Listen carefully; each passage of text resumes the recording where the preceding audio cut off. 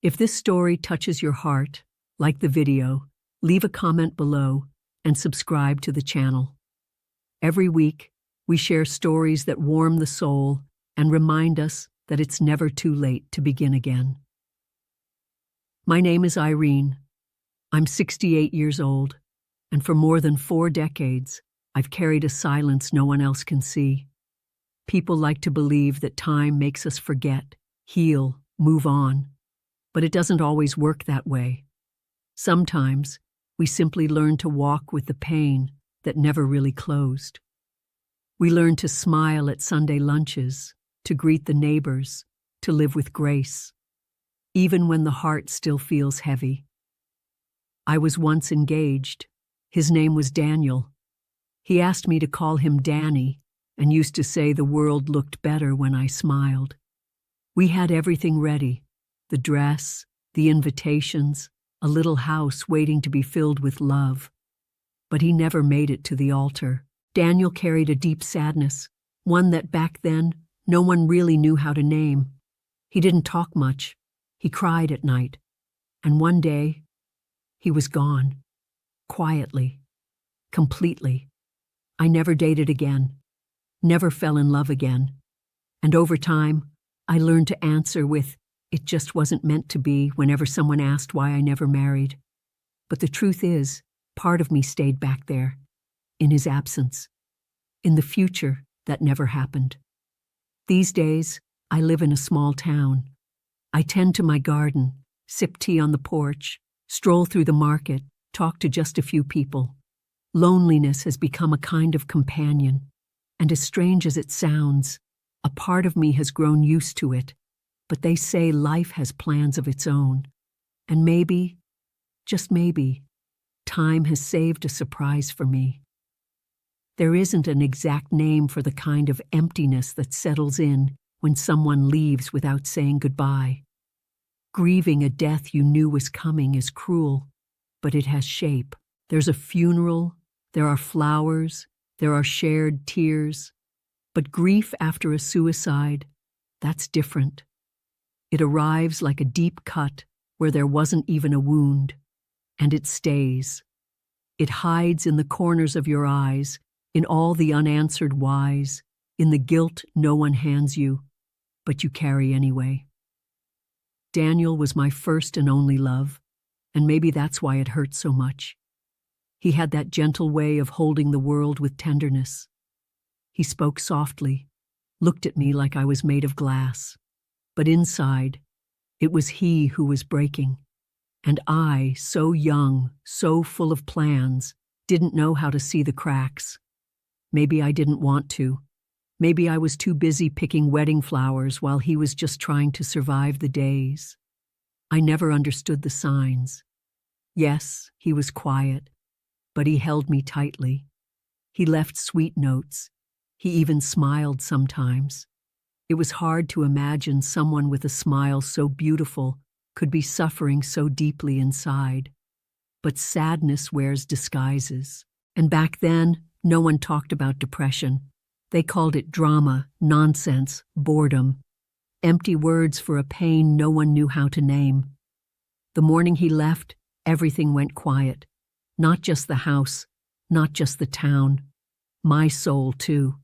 And I was never able to truly break that silence again. I became an expert at saying, "I'm fine," even when I wasn't. I learned how to live without expectations, to keep walking without asking where to. And contrary to what people think, that's not strength. It's self-protection, a way to keep from falling apart again. The years passed, but the questions stayed. What if I had noticed? What if I had tried harder? What if he had stayed? Those questions never heal. They just rearrange themselves, trying to take up less space. But they always come back, especially on quiet nights, when everything seems still, except memory. I never dated again, never fell in love again, not for lack of opportunity, but because love, for me, always came with a shadow, and I didn't want to live in the dark anymore. I chose solitude as a refuge, and over time, it stopped hurting. it became routine. And routine, well, we learned to love it, even if only out of habit. These days, most of my days look the same. I wake up early, make my tea, water the plants on the porch. The little house I live in feels like it was made just for me, not too big, not filled with memories that choke, just enough to hold my solitude, my peace, and the notebooks where, from time to time, I write letters to someone who's no longer here. Writing has always been my way of surviving. At first, I wrote letters to Daniel as if he could read them. I'd tell him about the weather, the neighbors, the songs playing on the radio. Later, I started writing to myself. Small confessions, thoughts I never dared to say out loud. I guess that's what happens when you spend too much time alone. You learn to be your own companion and your own comfort. The other day, I found an old box in the back of the closet. Inside it, the wedding invitation that was never sent, a faded photo of us at the park, and a handwritten note that said, "Forgive me for being so much and yet so little." I cried. After all these years, I cried. Not for him, but for me. For all the things I didn't live, for everything I pushed away afterward.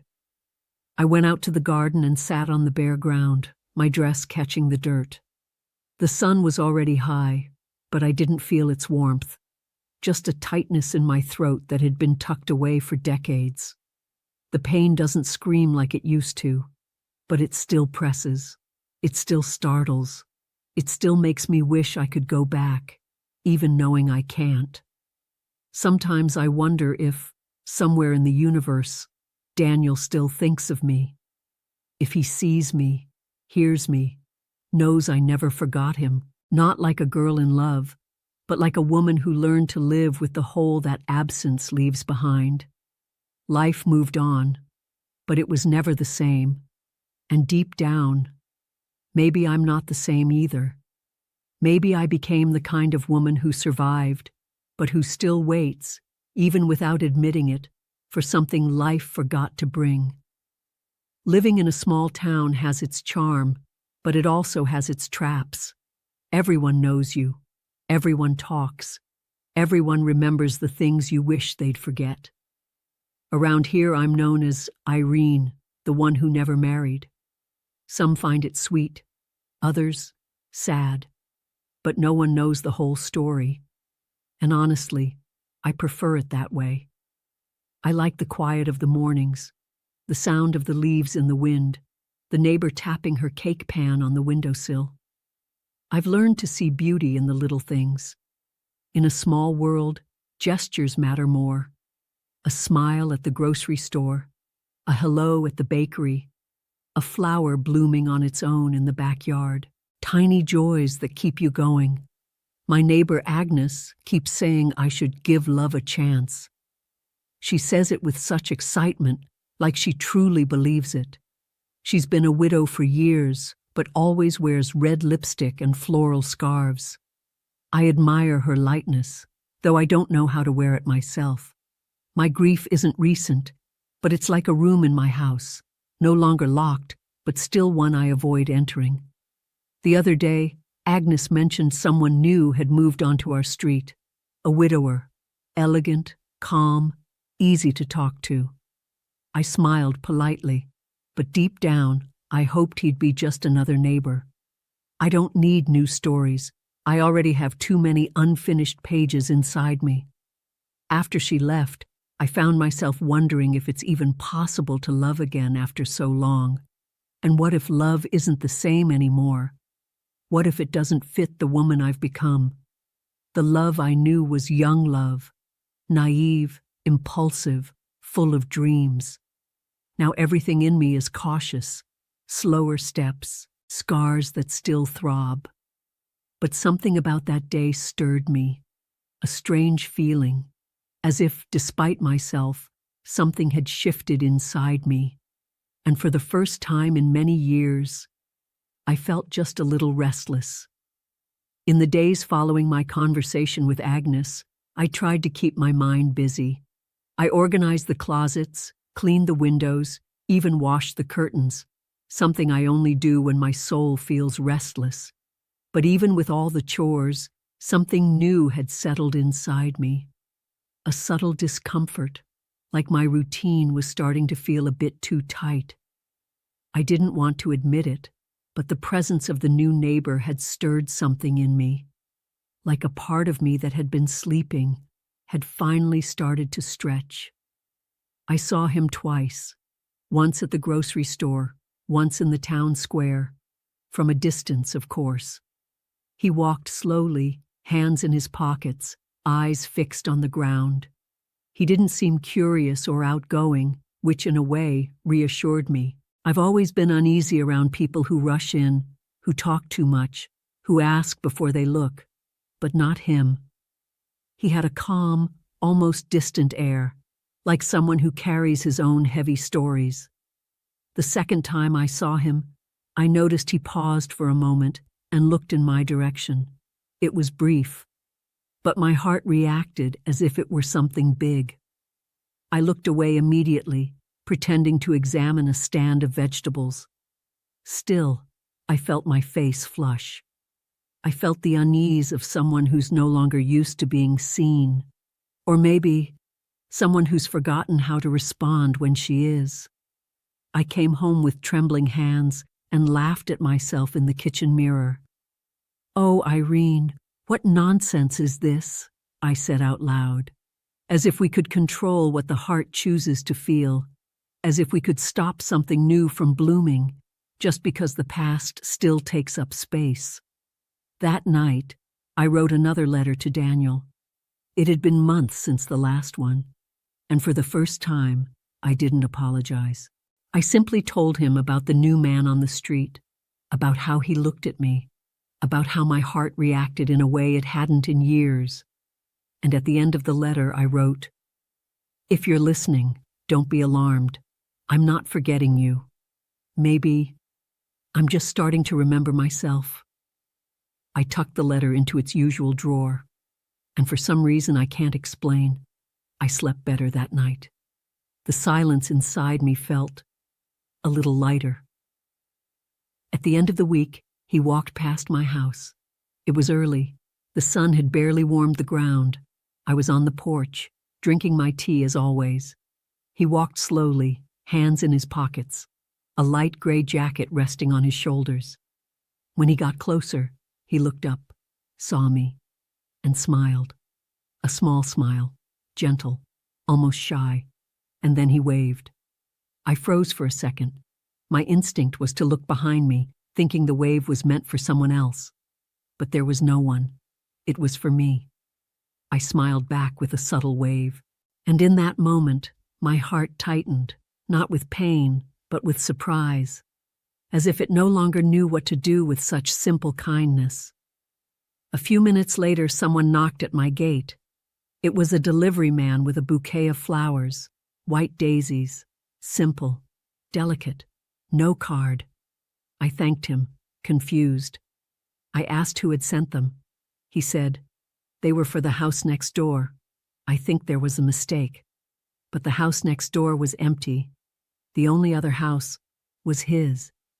I spent the whole day thinking about the flowers, trying to rationalize. Maybe they were for someone he knew. Maybe he got the number wrong. Maybe. But deep down, something told me otherwise. That it wasn't a mistake. That it was a gesture. Shy, quiet, but still a gesture. And that day, I did something I hadn't done in a long time. I placed the flowers in a vase, set them on the kitchen table, and felt happy inside. Agnes, of course, showed up that afternoon. She noticed the flowers and raised her eyebrows. "Looks like something new is blooming around here," she teased. I laughed. For the first time, I laughed without guilt. But I didn't confirm anything. It was still too soon. It was only a shift in the breeze, a new scent in the air. But something had changed, inside and out. That evening, I went out to the backyard. The sky was orange. I sat in my old wicker chair and closed my eyes. And there, in the quiet, I realized it was the first time in many years that the past didn't hurt. It still existed. It was still mine, but it no longer weighed the same, as if it were finally giving me permission to move on. The next morning, I woke up with a strange urge to change things around. I pushed furniture, switched out the curtains, opened windows that had stayed shut for years, turned on the radio and let the music play. It was as if something inside me had been aired out, refreshed, as if the heart I'd kept tucked away for so long had finally cracked open, just a bit, to let the light in. While dusting the bookshelf in the living room, I found a photo frame turned face down. It was a picture of me and Daniel, taken one long ago summer. I wore a blue dress. He had on a wrinkled white shirt, smiling without showing his teeth. I stared at that photo for a long time, and for the first time, I felt tenderness instead of pain. It wasn't a wound anymore. It was a memory, a story that belonged to me, but didn't have to define me. I felt like talking to someone, to share what was going on. But who? Agnes was lovely, but she talked too much. And in a way, I wanted to keep this to myself a little longer, like this new feeling was still a sprout, and I knew it needed quiet to grow. I went out to buy bread and saw him standing on the sidewalk, staring at a pharmacy window. When he saw me, he smiled. I smiled back. And with a simple gesture, he said, "Good morning." I answered, my voice a little shaky, but what truly surprised me was what he said next. "Did the flowers arrive?" My heart jumped. I nodded and replied, "They did, and they were beautiful." He smiled again, wider this time. There was no invitation, no promise. Just that moment between two people who, somehow, had recognized each other. I walked home with a light heart and an old song playing in my head, a tune I used to listen to with Daniel. But that, for the first time, felt like it was being sung just for me. In the days that followed, something inside me began to shift, almost imperceptibly.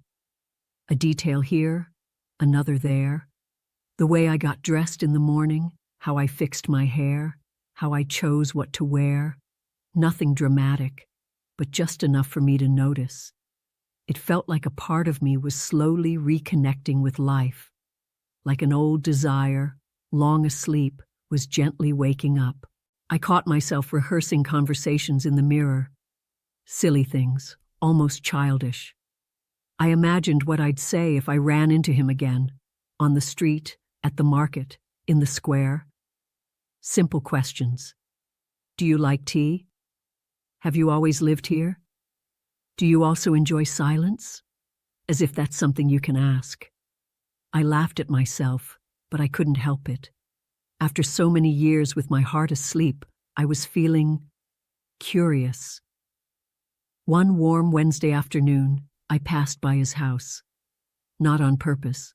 It was just the natural path to the market. But my whole body tensed when I saw the gate slightly open, the well-kept flower pots by the entrance, and soft music drifting out through the window cracks. I paused for just 2 seconds, just long enough to take a deeper breath, and I kept walking. On the way back, Agnes was waiting on my porch steps. "Did you see how he takes care of the plants? A man who waters flowers every day can't be bad." I smiled, as always, but inside, a part of me agreed. Men who water flowers have kind souls, or at least some tenderness inside them. And nowadays, that's rarer than people think. That night, I wrote in my notebook again, but it wasn't a letter. It was more like a journal entry, as if I were telling myself what was happening. I think I wanted to record it, maybe because I didn't yet have the courage to say it out loud. But I needed to see the words on paper to believe it was really happening to me. I closed the notebook gently, lay down, and stared at the dark ceiling above my bed. And in that quiet moment, I felt a strange kind of longing for myself, for the woman who once dreamed, for the woman who believed in possibilities. And for the first time, I thought that maybe, just maybe, there was still time. Saturday morning, the town woke up a little more colorful. It was market day in the square, and the familiar sounds blended with the smell of fresh fruit, homemade bread, and coffee brewing. I've always loved the market, not just for what it offers, but for the life it holds. People chatting loudly, kids running around, couples holding hands. I usually watched it all from a distance, but that day, I went differently.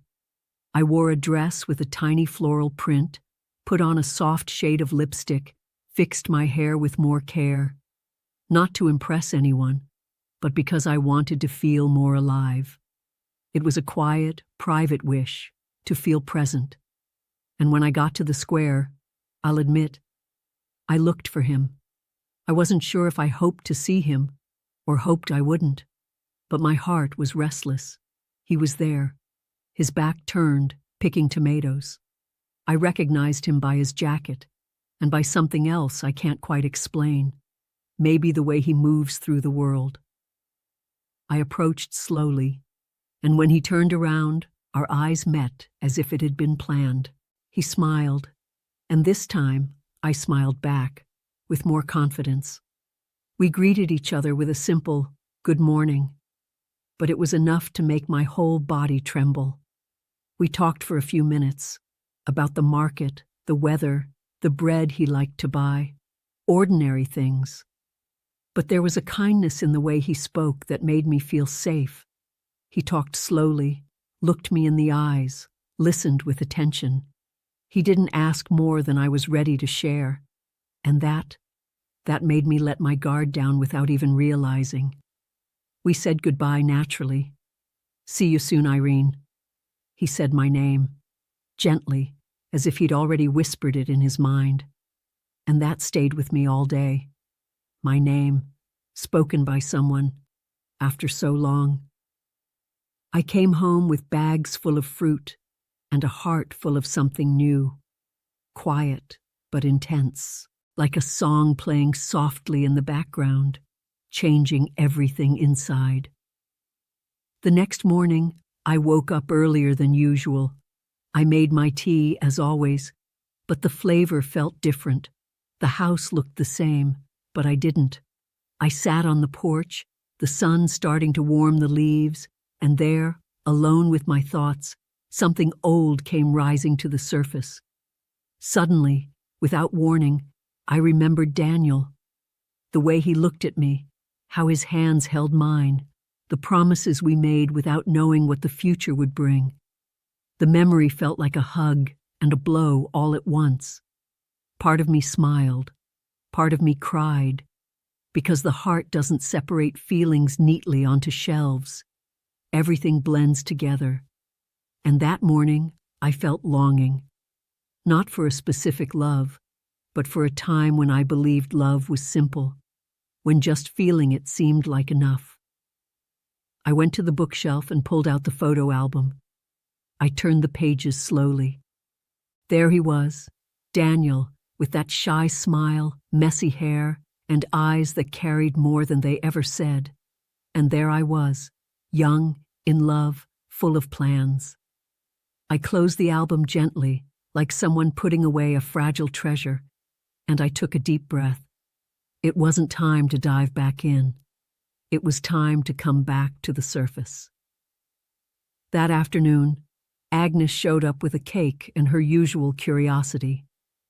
"I saw you talking to Thomas at the market, and I thought it was lovely." I laughed, neither denying nor confirming anything. But the truth is, his name sounded beautiful coming from her mouth. Thomas. That was it. A new name taking up space in my thoughts. A name slowly blending into the sounds of my everyday life. After she left, I sat on the porch again. I thought about Daniel. I thought about Thomas. And I realized it wasn't about replacing one with the other. It was about coexistence. About understanding that the past shaped who I am, but the present also deserves room. New love doesn't erase the old, but it can teach the heart to beat again.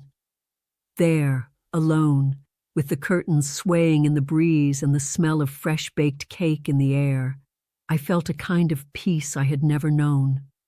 The peace of someone on the edge of something beautiful, even if she doesn't know yet what that something is. It took a few weeks, but an invitation finally came. It was simple, quiet, almost like a request whispered by the wind. I was watering my plants when he walked by, as he often did, with the calm steps of someone who carries time in his hands. He stopped at the gate and said, "I made some coffee.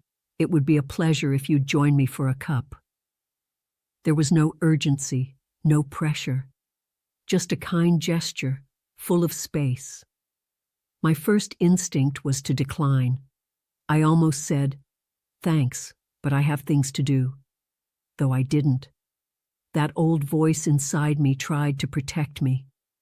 "You don't know what you're doing, Irene." But another voice, quieter and tired of hiding, answered for me. "I'd love to." And just like that, for the first time, I stepped into his house. One small step, one whole new beginning. His house was exactly as I imagined. Wooden furniture, carefully stacked books, an old piano in the corner, and a photo of a smiling woman on the sideboard. His wife, I assumed, and I felt respect, not jealousy, not discomfort, just respect. Her presence was still there, but not like a shadow. More like a gentle memory, a fragrance that lingers even when the person is gone. We talked for hours, like old friends. He told me about his childhood in another town, his love for Steinbeck novels, his soft spot for nutmeg cakes. I didn't speak much at first, but slowly the words began to come. I talked about my garden, about Agnes, about the letters I write. And when I told him I still wrote letters to someone who had passed, he simply nodded, his eyes full of understanding. He didn't look at me with pity or with curiosity. He looked at me the way someone does when they understand that we are made of stories. And that was new to me, because for a long time, I avoided being seen too closely. I avoided anything that might make me unravel. But there, on that porch, with the sound of a kettle in the background and the smell of hot coffee in the air, I felt whole. Before I left, he said, "Come back any time. I enjoy your presence." And I just smiled, a small smile, like someone who isn't sure she can trust yet, but very much wants to try. In the days that followed, I visited his home a few more times. Sometimes I brought cake, other times tea, sometimes nothing at all, just the quiet desire to be there. Our conversations grew longer, and our silences more comfortable. I started noticing the little things, the way he held his cup with both hands, how he furrowed his brow when talking about something that mattered, the soft smile he gave when I read him a passage from an old book. But with that comfort came fear, real fear, old fear, fear of getting attached, of opening up, of losing again. Our hearts remember, and mine remembered too well. It remembered the emptiness, the cut, the silence that came after, and even now, with someone so different, so gentle, that wound still ached. One night, I dreamed of Daniel. In the dream, we were sitting on a bench, side by side, watching the ocean. He didn't say a word. He just looked at me with sadness. I woke up with tears in my eyes, and for the first time in a long time, I felt guilt. Guilt for feeling something new, for maybe starting to forget, for letting another name find space where once only his had lived. I went days without seeing Thomas. I shut down. I avoided the market, the square, any chance of running into him. Agnes invited me out, and I declined, said I was tired. But really, it was fear, pure fear, fear that all of this was just an illusion, that fate once again would be cruel. I knew pain, but I had forgotten how to handle hope. And then I got a letter, handwritten, in a blue envelope, neat and steady handwriting. It was from him. Irene, I don't want to rush anything or intrude, but I want you to know I think of you with respect, with tenderness, and with patience. Because love, at our age, also means understanding the other's time. And I'm here, in my time, in my quiet, but I'm here. I cried reading it, cried like someone who has finally been seen and gently held, and I realized maybe I didn't have to run. Maybe all I had to do was allow. That night, I sat at the table with paper and pen. I wanted to write back, but no words came. I stared at the blank page for a long time, searching for what to say. I wanted to thank him, to explain, to say that yes, I was scared, but also ready to try, ready to open that window in my soul again, but nothing felt enough. I closed my eyes and remembered an old scene. Daniel waiting for me at the movie theater, holding flowers wrapped in brown paper. The way he used to hug me from behind while I washed the dishes. The sound of his laugh when I told silly stories. Those memories made me smile, but they also helped me understand something. The love I had with him was one of a kind. It didn't need to be repeated or replaced, just honored and released. So I took another sheet of paper and wrote one last letter to Daniel. Not out of pain, but as a goodbye. Danny, you'll always be a part of me. But now I need to live what I haven't yet lived.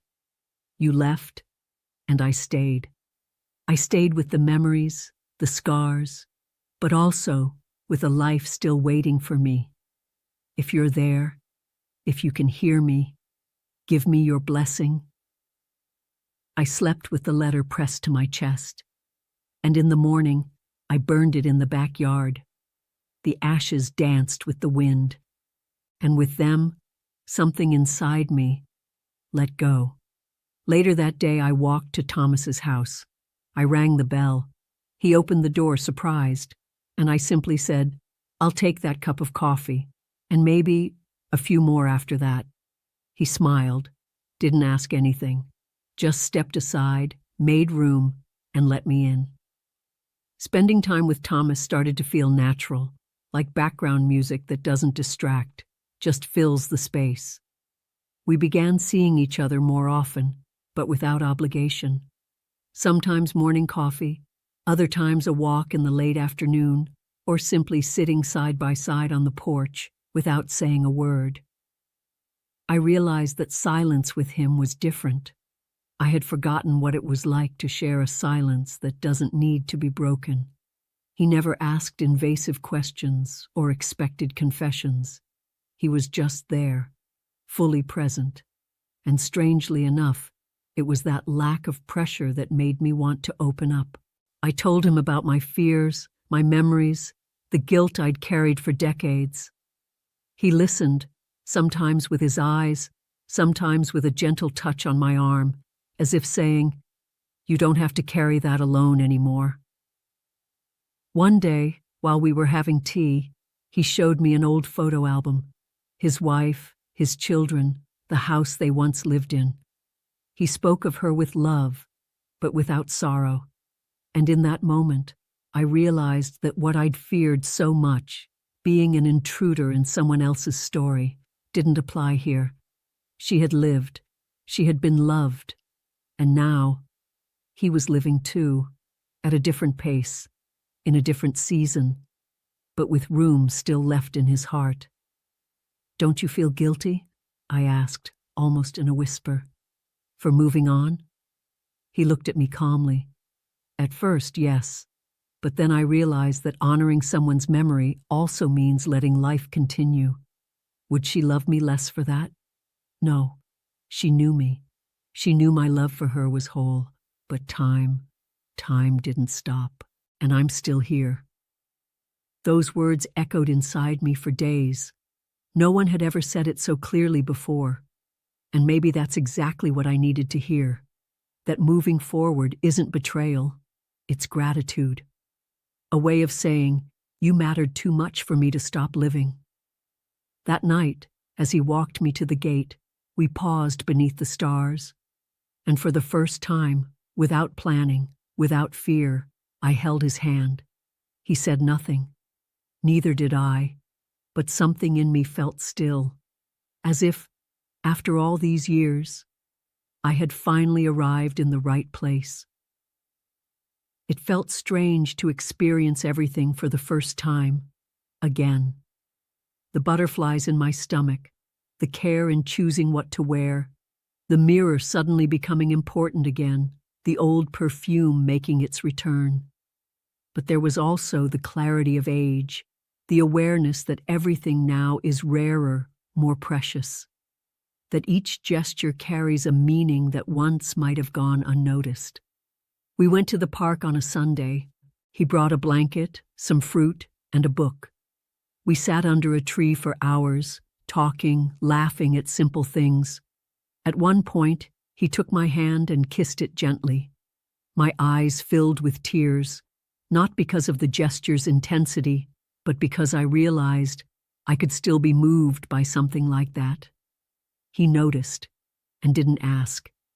He just leaned his forehead against mine, as if to say, "It's okay." And it was. For the first time in a long time, it really was. Because this wasn't teenage infatuation or shallow excitement. It was something blooming from deep within, honoring time, pain, and every layer life had placed on us. I came home feeling light, almost floating. And when I looked in the mirror, I saw a woman I hadn't seen in decades. Not a widow clinging to the past. Not a woman who lives alone with her plants, but a woman alive, with wrinkles, with scars, with a heart that beats slower, but still beats fully. That night, I got a message from him. "Today was special to me. Thank you for letting me walk beside you." I replied simply, "It was special for me too." But inside I knew it was more than that.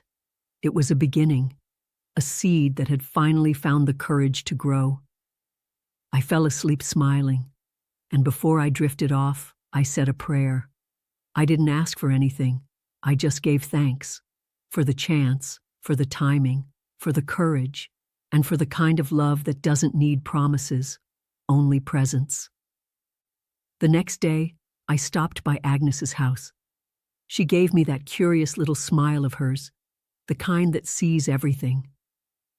"There's something different about you," she said, serving me a slice of cake. I laughed. "Maybe I just feel lighter." She shook her head. "Lightness doesn't come from nowhere, my friend. It comes when we finally let go of what weighs us down." And there, between sips of coffee, I told her about Thomas, about the moments, about what I was feeling. She listened with a glow in her eyes. "You deserve this," she said. "You deserve to live all of it. Just because something beautiful ended doesn't mean you don't deserve something beautiful again." And suddenly, I realized how important it is to have someone to share joy with too. Because I'd spent so much time holding grief, I almost forgot that happiness also needs a home. On the way back, I stopped by the bookstore, bought a new notebook. I decided to start a new series of letters, not to Daniel, not even to myself, but to life, like a gratitude journal, a record of what was still blooming. On the first page I wrote, "I'm allowing myself, and it's been beautiful." Later that afternoon, Thomas came by my gate. He had a book in his hands. "I thought of you while rereading this passage." He handed it to me with a smile. It was an old novel, full of notes and underlines. I opened it at random and read, "Don't worry about time. Life still happens, even when you think there's no time left for anything." I closed my eyes and took a deep breath. In that moment, everything made sense. We sat on the porch. He told me about his grandson, who would be visiting soon. I told him about my new notebook. We laughed at silly things, and as the sun set, I realized I no longer feared time, because now it was full of stories, of presents, of eyes that truly saw me. When he left, I left the door slightly open, maybe a silly gesture, but to me it meant the house is open, and so is the heart. When time is well lived, it stops being a burden, it becomes a companion.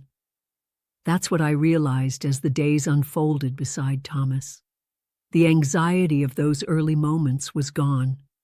In its place, there was calm, presence, a kind of peace that only shows up when you understand you no longer have to prove anything, not to yourself, not to anyone else. We started sharing more of the everyday things. He came over to fix little things around the house. I brought him soup on cold days. We tended to the plants together. And one day, without a word, he showed up with a new picture frame. "For whenever you feel like putting a new photo in here," he said. I looked at him with tenderness and understood. We were building something, not fast, not loud, but real. I started dreaming more often. But now the dreams weren't dark. They were gentle, sometimes with Daniel, sometimes with my mother, sometimes just places I'd visited in my youth. In the dreams, no one asked anything of me. It was as if they were all saying, "Go, go be happy." And I woke up so many times with a calm heart that I began to believe. Somehow, I'd been blessed by those who came before me. I started writing again, but this time, letters to the future. To myself, a few years from now. Letters that said, "You did the right thing by trying. Thank you for not giving up. Keep opening the window every morning." Maybe it was a silly exercise, but it helped me hold on to everything that was finally beautiful to live. Walking with Thomas through our small town streets felt like rediscovering myself. I realized I no longer cared about the looks or the whispers. Some people commented, sure, others just observed, but most smiled, and that was enough. Because love, when it's real, doesn't need to be justified. It just needs to be lived. And I, after so many years believing my story had stopped at a comma, finally saw that it could still make it to the period, with sweetness, with courage, and with company. One clear afternoon, Thomas asked me to go for a walk downtown. It was one of those days with no agenda, no destination. We walked slowly, hand in hand, stopped in front of a window filled with old-fashioned candies, then another lined with used books. And then he paused in front of a small shop with a discreet sign, "Photography and Memories." "Want to take a photo together?" he asked, smiling. I laughed, caught off guard. "Now?" He nodded. "Now, just like this. Hair as it is, no makeup, just us, as we are."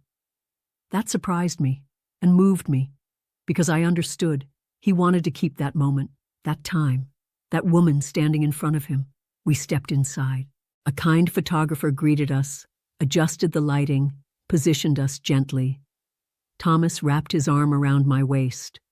I rested my head on his shoulder, and when the photographer said, "Smile," we were already smiling. It was quick, natural, beautiful, like anything rooted in truth.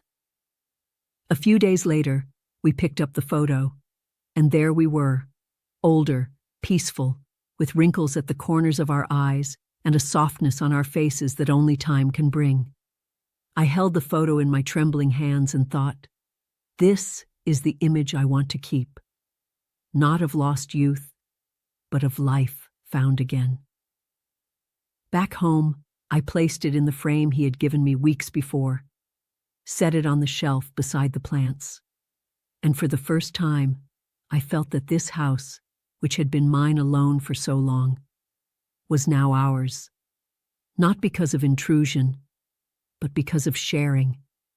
I looked at him, seated in the armchair, reading aloud, and I thought, maybe the most beautiful kind of love is the one that comes later, when you no longer feel the need to prove anything, just to be, and being, fully, is everything.